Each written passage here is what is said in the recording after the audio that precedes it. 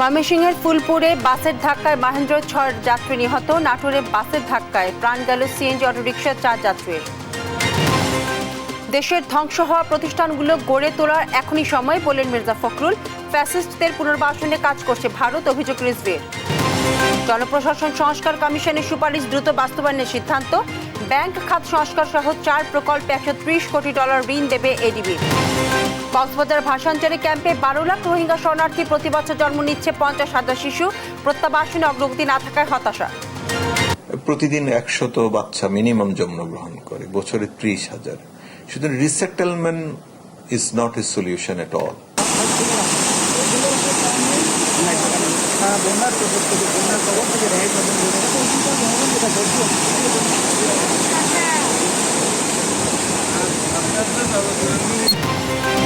টানা বৃষ্টিতে ফেনীর মহুরী এবং সিলোনিয়া নদীর বাঁধে ভাঙন। গ্রামের পর গ্রাম প্লাবিত, ভেসে গেছে মাছের ঘের। দুর্ভোগে পানিবন্দী মানুষ।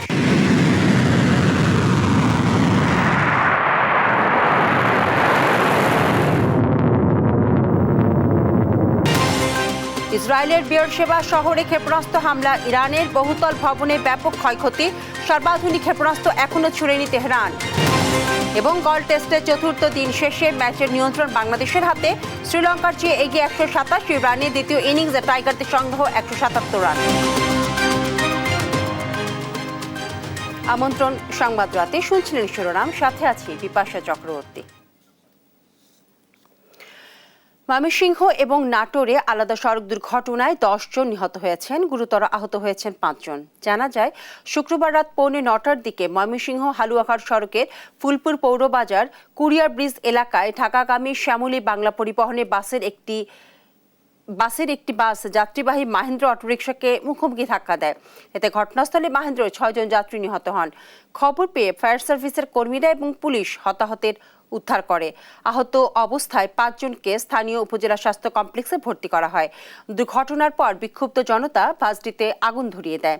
এদিকে নাটোর সদর উপজেলার বাসের ধাক্কায় সিএনজি চালিত অটোরিকশার চালক এবং যাত্রী সহ ৪ জন নিহত হয়েছেন।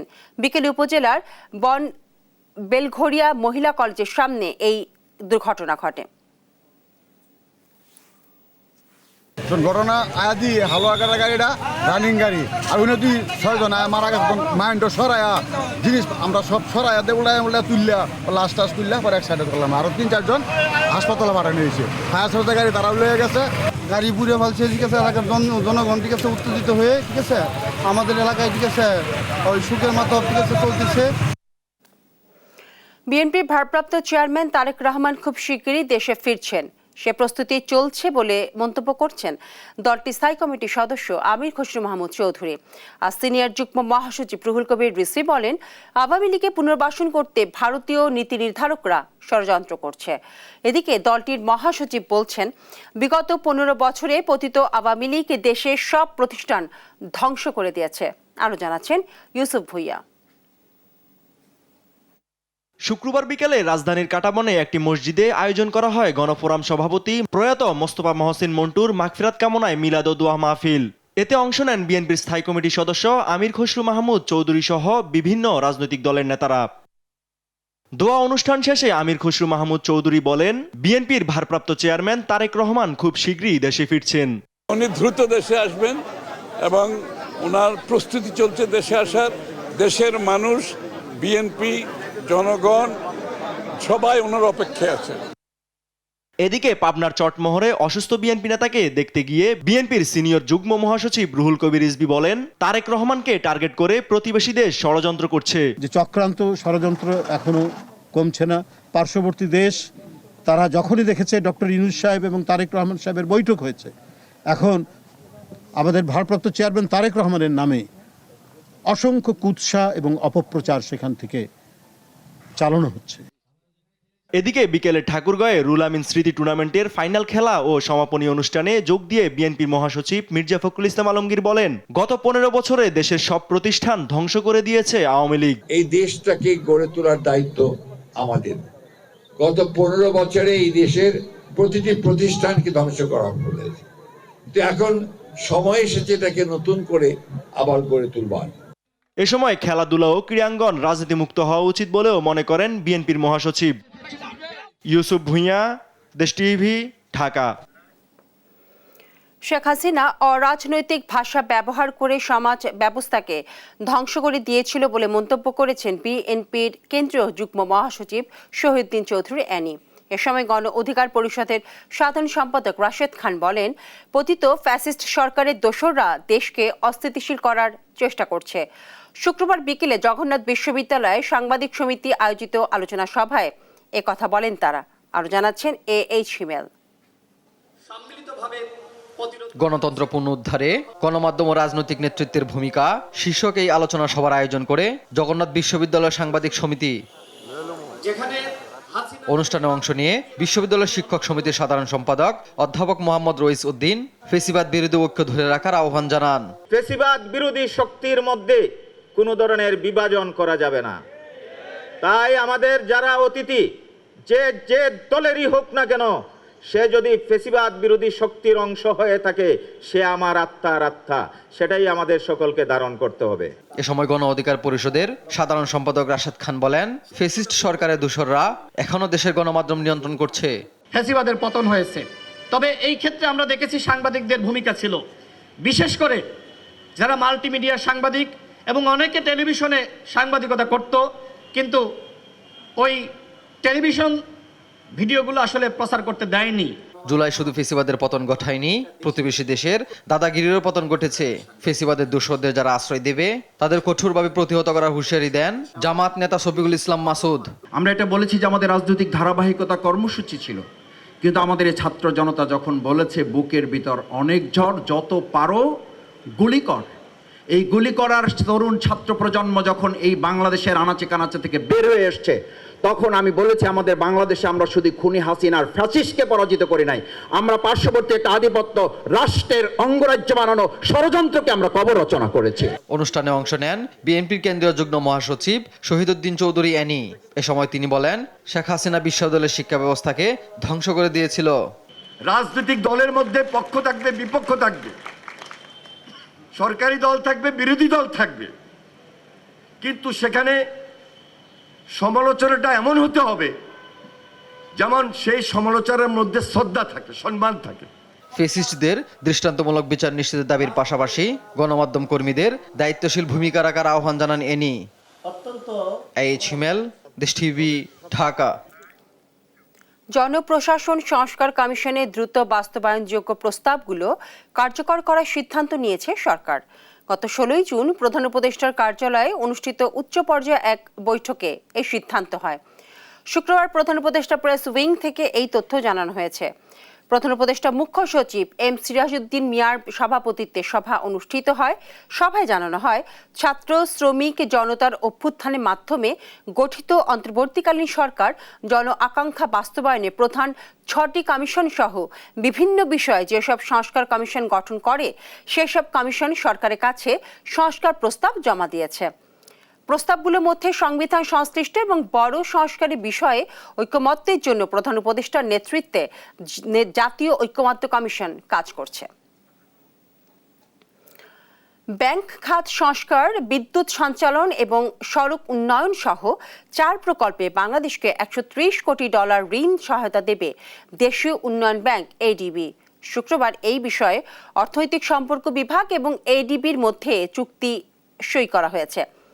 ঢাকা শেরেবাংলা নগরে অর্থনৈতিক সম্পর্ক বিভাগের সম্মেলন কক্ষে আয়োজিত এক অনুষ্ঠানে এসব চুক্তিতে সই করেন ইআরডি সচিব মোহাম্মদ শাহরিয়ার কাদের সিদ্দিকী এবং এডিবি কান্ট্রি ডিরেক্টর হোয়ে উইন জং। এ সময় চুক্তির আওতায় ব্যাংক খাত সংস্কার, ঢাকা উত্তর পশ্চিম আন্তর্জাতিক করিডোর উন্নয়ন, বিদ্যুৎ সঞ্চালন এবং নবায়নযোগ্য জ্বালানি প্রসার ও জলবায়ু পরিবর্তন মোকাবেলায় মোট $130 কোটি 40 লাখ পাবে বাংলাদেশ।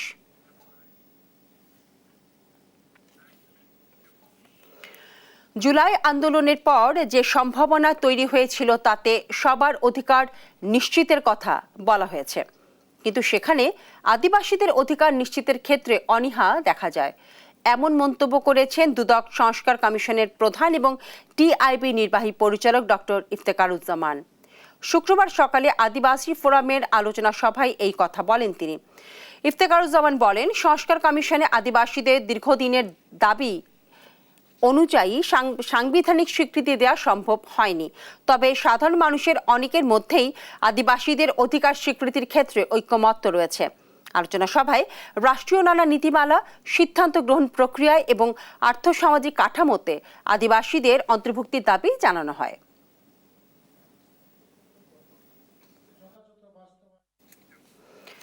বিশ্ব শরণার্থী দিবসে আবারও আলোচনায় রোহিঙ্গা সংকট।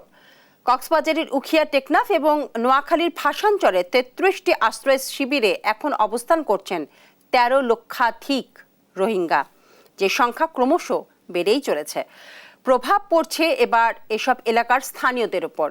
প্রত্যাবাসন প্রক্রিয়ায় অগ্রগতি না থাকায় হতাশ সংশ্লিষ্টরা। আব্দুর রহমানের রিপোর্ট, জানাচ্ছেন নুসরাত শোভা। বিশ্ব শরণার্থী দিবসে আবারও আলোচনায় রোহিঙ্গা সংকট। কক্সবাজারের উখিয়া, টেকনাফ এবং নোয়াখালীর ভাসানচরের 33টি আশ্রয় শিবিরে এখন অবস্থান করছেন 13 লাখেরও বেশি রোহিঙ্গা।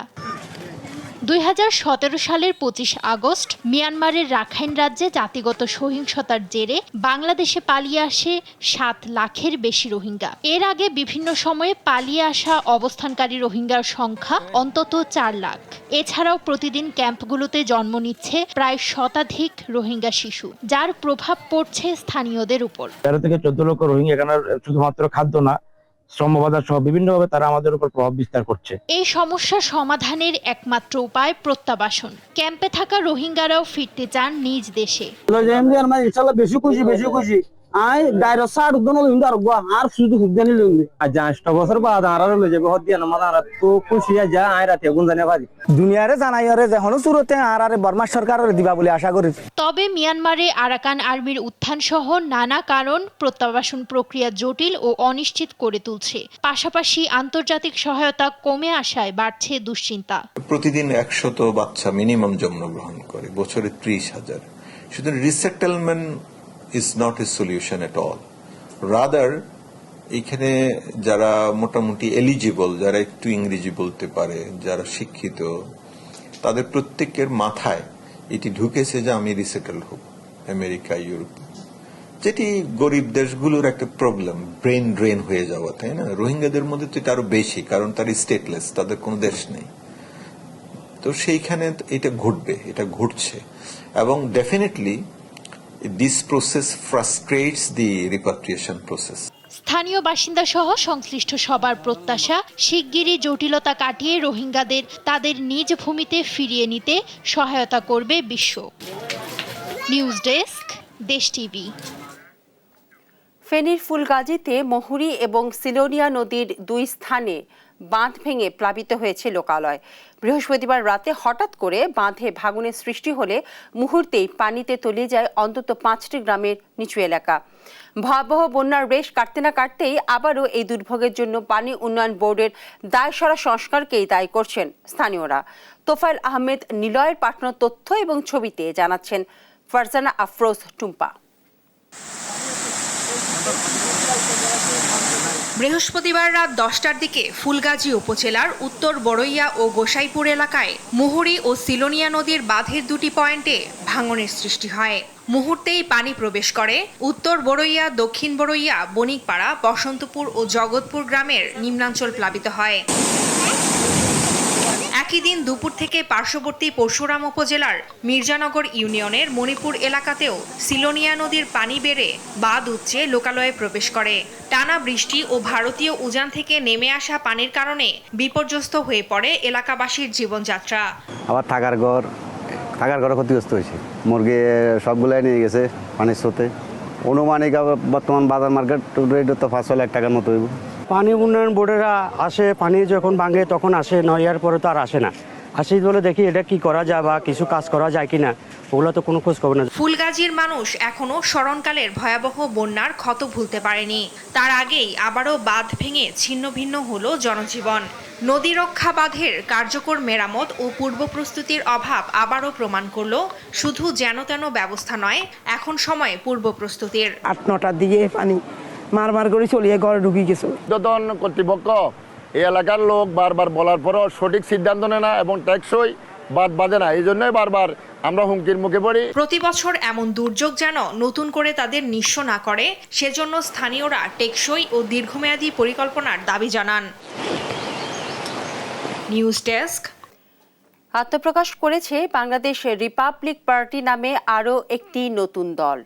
শুক্রবার বিকেলে অবসরপ্রাপ্ত লেফটেন্যান্ট কমান্ডার মোহাম্মদ মেহেদী হাসানকে সভাপতি এবং অবসরপ্রাপ্ত মেজর মোহাম্মদ রাজিবুল হাসানকে সাধারণ সম্পাদক করে কেন্দ্রীয় শহীদ মিনারে আত্মপ্রকাশ ঘটে এই দলটির।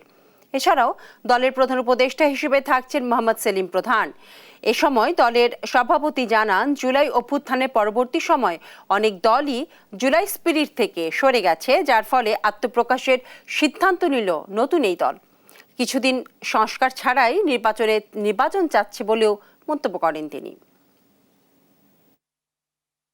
প্রয়োজনীয় সংস্কারের যে রোড ম্যাপ আছে সেটা আগে প্রণয়ন করুন, এক্স্যাক্টলি বলুন কোন কোন সংস্কার করবেন, কোন কোন সংস্কার, এই সংস্কারগুলো করতে কি পরিমাণে টাইম লাগবে, তারপরে আপনারা নির্বাচনের রোড ম্যাপ ঘোষণা করুন এবং একটা গণতান্ত্রিক উপায়ে সুস্থ এবং ইনক্লুসিভ যে নির্বাচন, সেই নির্বাচনের দিকে আপনারা ধাবিত হন।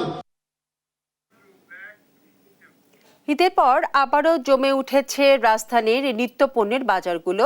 তবে গেল সপ্তাহের তুলনায় এই সপ্তাহে সব পণ্যেরই দাম বেড়ে গেছে। এতে অসন্তোষ দেখা দিয়েছে জনমনে। বিক্রেতারা বলছেন, সিন্ডিকেটের কারণে দামের এই তারতম্য। শুক্রবার রাজধানীর কারওয়ান বাজার ঘুরে এই নিয়ে আরও জানাচ্ছেন মোহাম্মদ আলাউদ্দিন। ঈদের লম্বা ছুটি শেষে মানুষ ঢাকায় আসতে না আসতেই রাজধানীর চিরচেনা রূপ আবারও ফিরে এসেছে। সেই সঙ্গে জমে উঠেছে রাজধানীর কারওয়ান বাজারও। তবে সবজি থেকে শুরু করে মাছ মাংস সহ সব পণ্যেই কেজিতে দাম বেড়েছে 10 থেকে 15 টাকা।